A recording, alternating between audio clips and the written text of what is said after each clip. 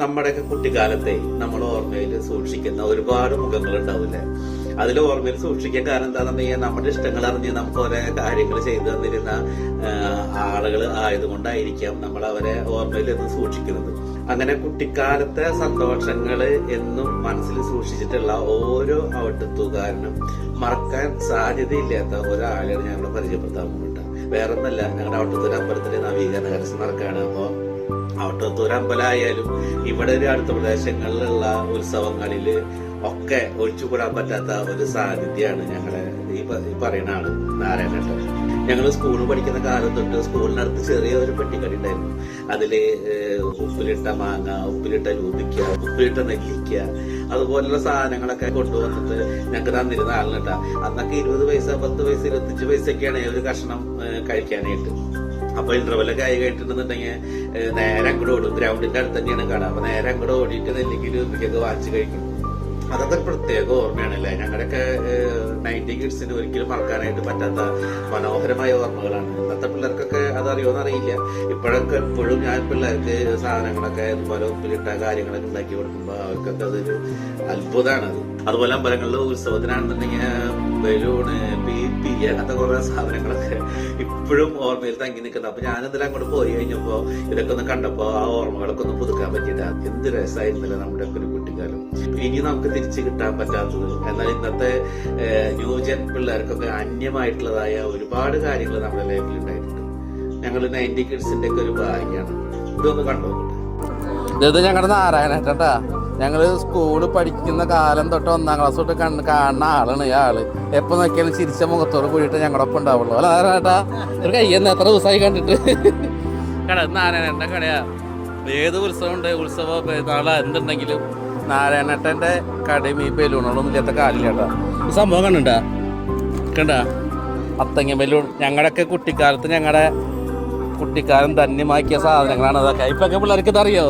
New gen ഇപ്പോഴത്തെ new gen പിള്ളേർക്കൊന്നും ഇതൊന്നും അറിയില്ല അല്ലെ ആമക്കുട്ടി? നിങ്ങൾക്കത് അറിയോ? പണ്ടത്തെ പി പി ആണോ ഉണ്ണിയ? ഇതേ ഞങ്ങൾക്ക് ഇതൊക്കെയാണ്. ഇത് വാങ്ങിക്കണം. നിങ്ങക്ക് പി പി ആണോ? ബലൂൺ എടുത്തോ നാരായണേട്ട? ഒരെണ്ണം ഒരു മത്തങ്ങ ബലൂൺ തന്നെ. കണ്ട, ഇതാണ് മത്തങ്ങ ബലൂൺ. എന്നിട്ട് വേണ്ട നിനക്ക് പടക്കം.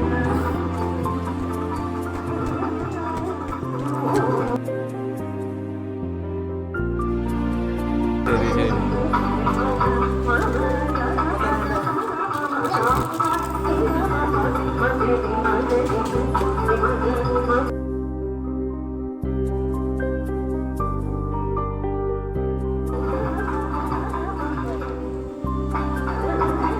അടിപൊളി. 25-ാം തീയതി പെരുന്നാളാ. ഊരകം.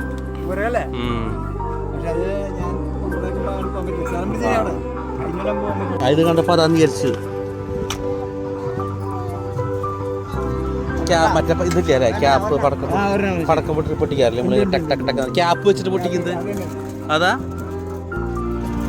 ക്യാപ്പ് അവിടെ നിന്ന് കിട്ടുന്നുണ്ട്, പൊട്ടിക്കണ്ടേ? അതെ, വേണ്ട എടുക്കണേ, നോക്കട്ടെ. വേണ്ട, എനിക്ക് വേണ്ടേ. കണ്ട, നമ്മൾ പണ്ട് ഒരു സ്റ്റീലിന്റെ ക്യാപ്പ് വെച്ചിട്ടുള്ള സംഭവം ഇല്ല, അതാണ് കേട്ടത്. ഇപ്പോൾ രൂപം മാറി ഇതായി, പ്ലാസ്റ്റിക്കായി. ഇത് വേണ്ടത് പിള്ളേരെ. ഇതൊക്കെ ഫോട്ടോ എടുത്തിട്ടാ അടിപൊളി. എവിടെ? ഇതില്ലേ